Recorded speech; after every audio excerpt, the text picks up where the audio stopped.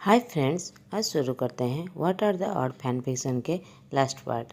पिछले पार्ट में हमने सुना था इब्बो शिन और झान को लेकर अपने पेरेंट्स से मिलने आया था। अब आगे की स्टोरी। इब्बो कहता है, डैड ये आपका गिफ्ट है। नहीं नहीं, एक्चुअली में आपके लिए 2 गिफ्ट है। और वो उंगली अपने पैरों के पास करता है। जो एक छोटा सा बच्चा है उसके पैंट को पकड़कर पैरों के पास खड़ा हुआ था। इब्बो के पापा शिन की तरफ देखने लगते हैं। उनकी हार्ट पूरी तरह मेल्ट हो जाता है। वो बच्चा जान का जेरॉक्स कॉपी था, बस थोड़ा सा फेशियल फीचर्स इब्बो की तरह था, मगर मोस्टली वो जान की तरह ही दिखता था। तो इब्बो के पापा कहते हैं, ये मत कहना। इब्बो नोट करता है, कहता है, ये मेरा बेटा है। इब्बो की माँ शिन की तरफ देखने लगते हैं और वो जान की तरफ देखते हुए कहते हैं, क्या? जान अपना फेस नीचे की तरफ करते हुए कहता है, हाँ माँ, वो हमारा बेटा है। इब्बो की माँ शिन के पास जाकर उसके गालों को पेश करते हुए कहता है, कितना ज़्यादा क्यूट है। हेलो लिटिल वन, मैं तुम्हारी ग्रैंड माँ हूँ। शिन डरते हुए अपनी डैडी की तरफ देखने लगता है। जैसे ही इब्बो नोट करता है, वो बड़े से स्माइल देते हुए अपनी ग्रैंड माँ को देखने लगता है। इब्बो की माँ बहुत ज़्यादा खुश हो जाता है और उससे गोदी में लेते हुए कहती है, मैं ऑलरेडी ग्रैंड माँ बन गया। शिन भी खुशी से अपनी ग्रैंड माँ को हग कर लेता है। इब्बो की माँ कहती है, हाँ मैं तुम्हारी ग्रैंड माँ हूँ, मुझे मामू कहो। शिन कन्फ्यूज हो जाता है, मगर वो फिर से बड़ी सी मुस्कुराहट देते हुए कहता है, मामू। और वो गिगल्स करने लगता है। तो इब्बो की माँ चक्कर्स करते हुए इब्बो की बचपन की बातें याद करने लगता है कि इब्बो बचपन में ही ऐसे चीयरफुल और हमेशा एनर्जी से फुल था और वो हर चीज़ को इजीली अडॉप्ट कर लेता था और हमेशा गिगल्स करने लगता था। मगर ये अभी बड़ा हो गया है। ये कंप्लेन नहीं था कि उसकी वेट के वजह से, मगर वो बस 5 साल का हो गया था। उसे बचपन में वो देखना चाहते थे। तो शिन गिगल्स करते हुए कहता है, हाँ मैं तो ऑलरेडी बड़ा हो गया हूँ। इब्बो की माँ उसके गाल को पेंच करते हुए कहते हैं, तुमने ठीक कहा। और जान की तरफ देखते हुए कहते हैं, बैठो, मुझे तुमसे ढेर सारी बातें सुननी है। इब्बो के पापा इब्बो को इग्नोर करते हुए जान के पास आ जाता है और कहते हैं, मैं बहुत ज़्यादा खुश हूँ तुम्हें देखकर। मैंने इतने सालों से अपने बेटे को खो दिया। इब्बो अपने आईब्रो को रेज करता है और सोचता है कि मैं उनका बेटा नहीं हूँ। 1 महीने बाद उन लोगों से मिलने आया, उन्होंने मुझे गले भी नहीं लगाया। ये सच्ची में मेरे पेरेंट्स तो है ना? जैन डैड के गले लगते हुए कहता है, मैं बहुत ज़्यादा खुश हूँ अब लोगों से मिलकर। उसके पापा कहते हैं, आओ बैठो, मुझे तुमसे ढेर सारे एक्सप्रेशन सुनना है। इब्बो उन सब की तरफ देखने लगता है जो सभी जैन से बातें करने में बहुत ज़्यादा बिजी थे और उसके बेटे को प्यार देने में, मगर उसकी कोई परवाह ही नहीं थी। तो वो अपने हेड को सूख करते हुए कहता है, कोई बात नहीं, वो तो उनका फेवरेट है। ये कहकर वो जान के पास जाकर बैठ जाता है। जान सारी बातें बता देता है कि उन दोनों के बीच क्या हुआ था और वो शोबिज़ इंडस्ट्री को छोड़कर क्यों चला गया था। अपने इतने सालों के बीच अपनी लाइफ को कैसे मैनेज कर रहा था और वो इबो से कैसे मिला और इन पास्ट मंथ में क्या क्या हुआ था। वो सारी बातें अपने मॉम और डैड को बता देता है। इन दौरान इन बातों के बीच इबो को बैक पे और सर पे ढेर सारा मार पड़ चुका था, यहाँ तक कि उनके मॉम ने नाखूनों से ढेर सारे पिंच भी कर लिए थे। ये सब कुछ देखकर जान मुस्कुरा रहा था। इबो की माँ कहते हैं, बेटा तुम्हें उस गधे से शादी करने की कोई ज़रूरत नहीं है, मैं तुम्हें अडॉप्ट कर लूँगा। तो जान हंसने लगता है। इबो पार्ट बनाते हुए कंप्लेन करते हुए कहता है, माँ। इबो के पापा भी उसके साथ देते हुए कहता है, तुमने ठीक कहा, तुम्हें उस गधे से शादी करने की कोई ज़रूरत नहीं है। इब्बो बच्चों की तरह पाउट करते हुए अपने पैरों को फटकते हुए कहता है, डैड मम्मा ये क्या कह रहे हो? जैन चक्कर्स करने लगता है और प्यारे से मुस्कुराहट देते हुए कहता है, मम्मा डाडा, इन सालों में मैं ये सब कुछ भूल चुका हूँ। और फिर इतने सालों में उसने बस मुझसे ही प्यार किया था। इसके साथ शिन को उसके पापा की ज़रूरत है। इब्बो की माँ जान की तरफ देखकर एक प्यारी सी मुस्कुराहट देते हुए कहते हैं, मगर मैं अपने इस गधे बेटे से बहुत ज़्यादा डिसअपॉइंटेड हूँ। मगर मैं इस बात पर खुश हूँ क्योंकि तुमने अपनी हर बात दिल की सुनी। जहान नोट करता है। इबो के पापा उसके शोल्डर पर टैप करते हुए कहता है, मैं तुम्हें फोर्स नहीं करूँगा मेरे अपने बेटे से शादी करने के लिए। अगर तुम शादी करना ना चाहो तो मैं तुम्हारी फुल सपोर्ट करूँगा।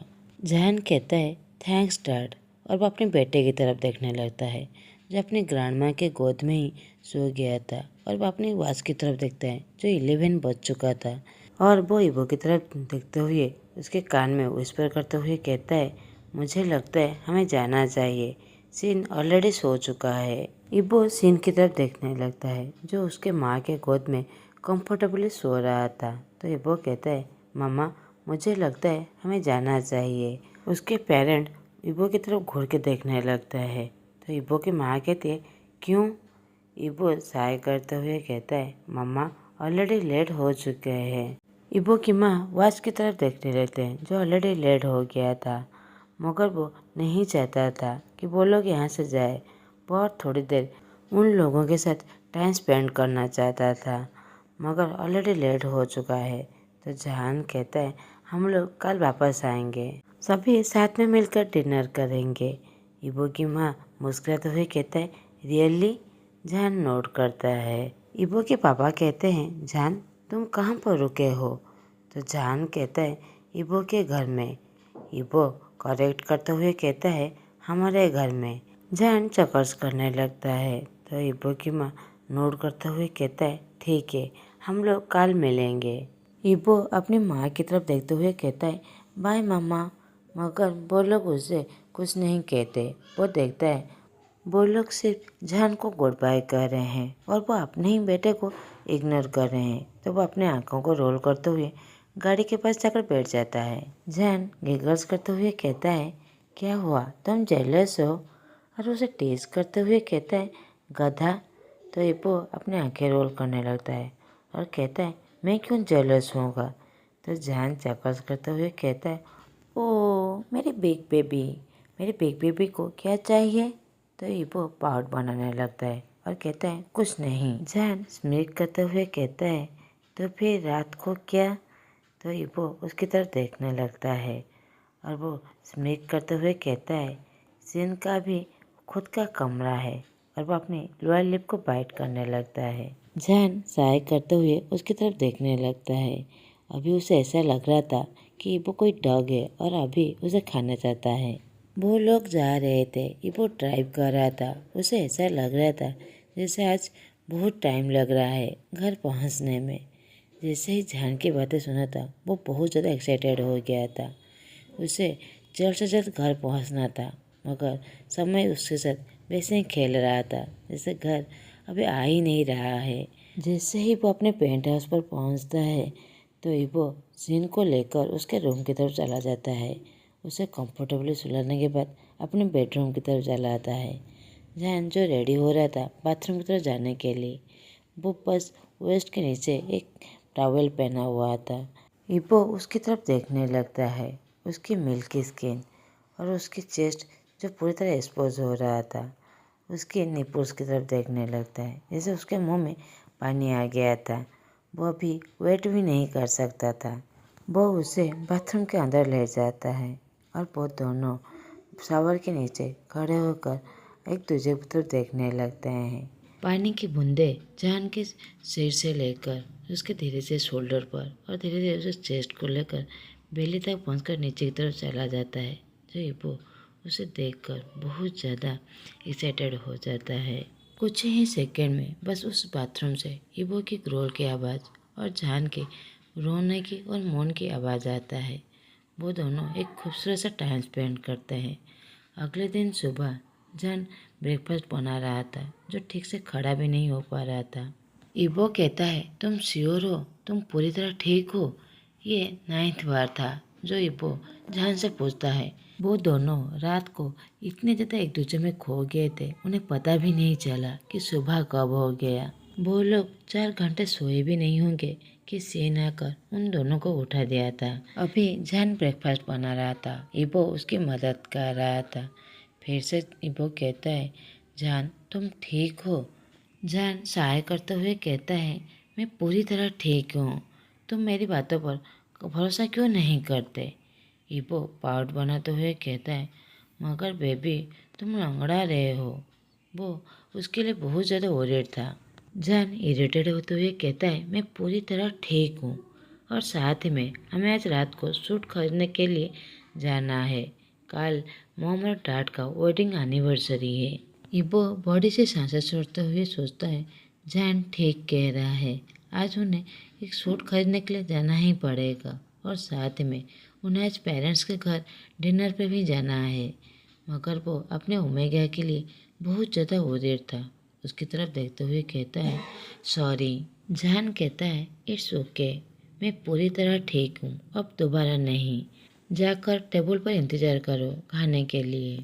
कुछ देर बाद वो शॉपिंग के लिए निकल जाते हैं। जान जो लंगड़ाते हुए चल रहा था, ये वो उसके लिए बहुत ज़्यादा वरीड था। वो लोग सूट खरीदने के बाद सीन चाहता था और घूमने के लिए, मगर इबो उसे अपनी गोदी में उठाते हुए कहता है, बेटा मामा की तबीयत खराब है, देखो उन्हें रेस्ट की ज़रूरत है ना, हम और किस दिन घूमने के लिए आ जाएंगे। सीन जो अपने मामा की तरफ देखता है और सब कुछ समझते हुए कहता है, ठीक है डैडी। ये कहकर वो लोग जाने लगते हैं। एक मेडिसिन स्टोर पर इबो और सीन दोनों उतरकर कुछ मेडिसिन लेने के लिए जाते हैं, जहाँ पर एक फैमिलियर की साउंड सुनाई देती है जो लिंक था। उसके हाथ में प्रेगनेंसी के किट थी, मगर वो उसे छुपा देता है। वो छुपाने से पहले इबो ने उसे देख लिया था। इबो कहता है, तुम कल आने वाले हो? लिंक कहती है, कहाँ? इबो कहता है, मॉम और डैड की वेडिंग एनिवर्सरी है, क्या तुम्हें इनवाइट नहीं किया गया है? लिंक मुस्कुराते हुए कहता है, हाँ किया था, मगर मुझे कल कुछ काम है इसलिए मैं नहीं जा पाऊँगा। मैं ऑलरेडी आंटी और अंकल से बात कर चुका हूँ। लिंक कहती है, क्या तुम यहाँ पर अकेले आए हो? तुम्हारे साथ कोई नहीं है? इबो अपने हेड को सूख करता है और कहता है, नहीं, मेरे साथ सीन और जान आए हैं। तो लिंक कहता है, कहाँ पर है? तो इबो उसे ग्लेयर देने लगता है। दूर खड़े जान उन लोगों को देखते हुए उसके पास आते हुए कहता है, लिंक। लिंक उसकी तरफ देखते हुए कहता है, वो जान, हाय। जान भी उसे ग्रेट करता है। जान की नज़र उसके हाथ में रखा हुआ प्रेगनेंसी किट पर पड़ता है तो जान कहता है, तुम प्रेग्नेंट हो? लिंक बड़ी बड़ी आंखों से उसकी तरफ देखने लगता है और पैनिक होते हुए कहता है, नहीं नहीं, मैं नहीं, मैं किसी और के लिए लेके जा रहा हूँ। और वो एक्सक्यूज़ देते हुए कहता है, मुझे कुछ काम है, मुझे यहाँ से जाना पड़ेगा। ये कहकर वो वहाँ से चला जाता है। वो इंतज़ार भी नहीं करता कि वो लोग कुछ कहने वाले हैं। वो वहाँ से दौड़ के चला जाता है। जान और एबो दोनों एक दूसरे की तरफ क्यूरियोसिटी से देखने लगते हैं। अगले दिन शाम के 5 बजे थे। सभी विजिटर्स आ चुके थे। कुछ इंडस्ट्री के डायरेक्टर थे, कुछ सीईओ, प्रोड्यूसर और कुछ क्लोज फ्रेंड्स थे जो एक्टर्स थे और कंपनियों के प्रेसिडेंट थे। ये सभी लोग वहाँ पर आ चुके थे।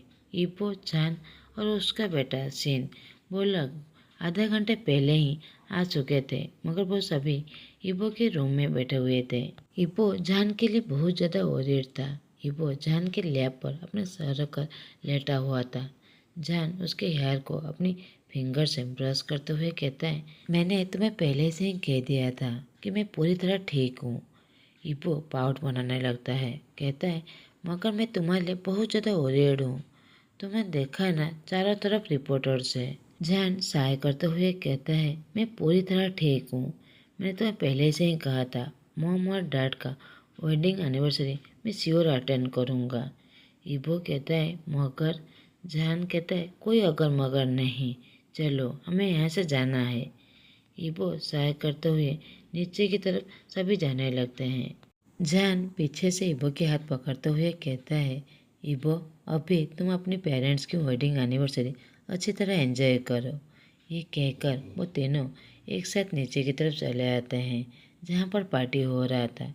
जैसे ही सभी साइजन को देखते हैं, सभी फुसफुसाने लगते हैं कि ये साइजन है ना, वो इतने साल बाद कहाँ गया था और कहाँ पर सडनली गायब हो गया था, और ये इबो के साथ क्यों है, फिर बच्चा कौन है? सभी इस तरह बातें करने लगते हैं। इबो जो उसके लिए बहुत ज़्यादा वरीड था उसकी तरफ देखते हुए कहता है, क्या तुम ठीक हो? अनकम्फर्टेबल फील कर रहे हो? जैन अपने हेड को शो करता है और वह साइलेंटली चारों तरफ देखने लगता है। इबो कहता है, क्या सच्ची में तुम ठीक हो इतने अटेंशन में? इबो अपने हेड को शो करते हुए कहता है, ये कोई मैटर नहीं है, तुम जाकर अपने पेरेंट्स की एनिवर्सरी एंजॉय करो। तुम मेरे लिए इतने तो वरीड मत हो। कुछ ही सेकंड बाद बीच में डांस स्टार्ट हो जाता है। जैन जो उन लोगों की तरफ देख रहा था उन्हें याद आता है कि कुछ साल पहले वो लोग भी इस तरह बीच में डांस कर रहे थे। जैन उन लोग की गौर से देख रहा था तो इबो अपनी आंखें रोल करता है। तो जैन कहता है, क्या तुम जेलस हो? इबो अपना हाथ देता है। जैन उसके हाथ में रखकर वो दोनों मिडिल में चले आते हैं। जैन कहता है, आप लोग कहाँ जा रहे हो? इबो कहता है, मम्मी और मुझे देखो। वो दोनों बीच में डांस करने लगते हैं। कुछ ही सेकंड बाद इबो घुटने में आकर अपने जैकेट से एक बॉक्स निकालकर उसके आगे रखता है जिसमें एक रिंग था और वो जान की तरफ देखते हुए कहता है, क्या तुम मुझसे शादी करोगे? क्राउड से चीयरफुल आवाज आने लगता है। ये पहली बार नहीं था मगर इबो को ऐसा लग रहा था कि वो ऐसे पहली बार कन्फेस कर रहा है। ऐसा लग रहा था ये नाइट इबो के पेरेंट्स का एनिवर्सरी का फंक्शन नहीं है, ये उन दोनों का फंक्शन है। इबो के पापा आगे आते हुए कहते हैं, मुझे लगा था ये हमारी एनिवर्सरी की फंक्शन है मगर तुमने तो इसे अपने लिए चुरा लिया। तो वो दोनों अपने ख्यालों से वापस आते हैं और अपने पेरेंट्स के सामने सर झुका के खड़े हो जाते हैं तो सभी हंसने लगते हैं। इबो के फादर स्मित करते हुए कहते हैं, जान आज से तुम मेरे बेटे हो और मुझे जल्दी से एक सेकंड ग्रैंड चाइल्ड की चाहिए।